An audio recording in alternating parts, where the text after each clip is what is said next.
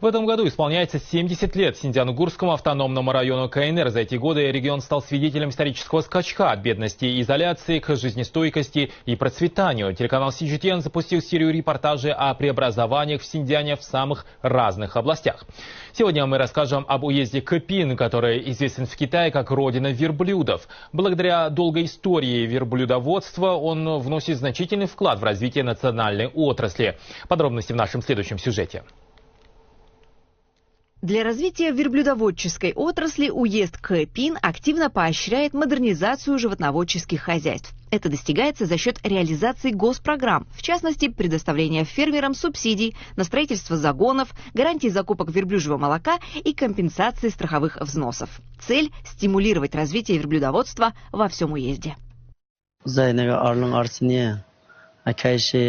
В начале 2024 года при поддержке партии и правительства я начал разводить верблюдов. Я купил 70 верблюдов, и местные власти оказали мне значительную поддержку, предоставив субсидию в размере 3500 юаней за каждого верблюда.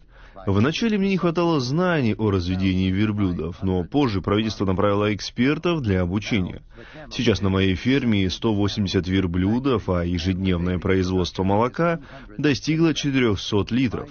Мой доход за прошлый год составил около 700 тысяч юаней. Уезд Кэпин улучшил деловую среду и повысил качество услуг для предприятий по разведению верблюдов. Цель – объединить и поддержать местных фермеров, а также способствовать внедрению технологических инноваций. Наша компания специализируется на производстве, научно-исследовательской разработке и реализации продукции из верблюжьего молока. Основной ассортимент включает чистый порошок верблюжьего молока, детскую серию стартовых смесей на его основе, а также пастеризованное и стерилизованное верблюжье молоко. На текущий момент в уезде Кэпин содержится 56 тысяч верблюдов, обеспечивающих ежедневное производство около 40 тонн молока. После прохождения входного контроля сырье перерабатывается в различные виды продукции с применением современных технологий и оборудования. Особой гордостью компании являются уникальные протеиновые пептиды верблюжьего молока. По итогам 2024 года объем продаж составил 180 миллионов юаней, а в текущем году мы прогнозируем рост выручки до примерно 280 миллионов юаней.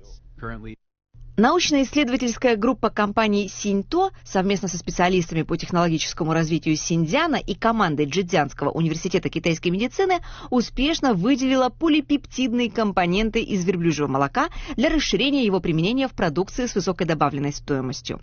Уезд Кэпин также знакомит онлайн-аудиторию по всему Китаю с местными условиями разведения верблюдов через прямые трансляции, одновременно интегрируя множественные каналы сбыта.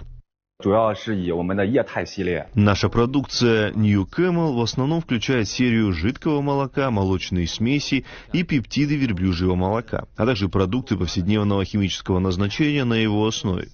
На сегодняшний день мы осуществляем продажи как через обычные магазины, так и через онлайн-платформы, такие как Douyin, Tmall и JD.com. В этом году мы также развиваем наш собственный сайт, и продажи идут очень хорошо. Верблюдоводческая отрасль уезда Кэпин становится более зрелой благодаря использованию современных производственных линий и новых животноводческих объектов. Алиса Косюк, Юйян, CGTN.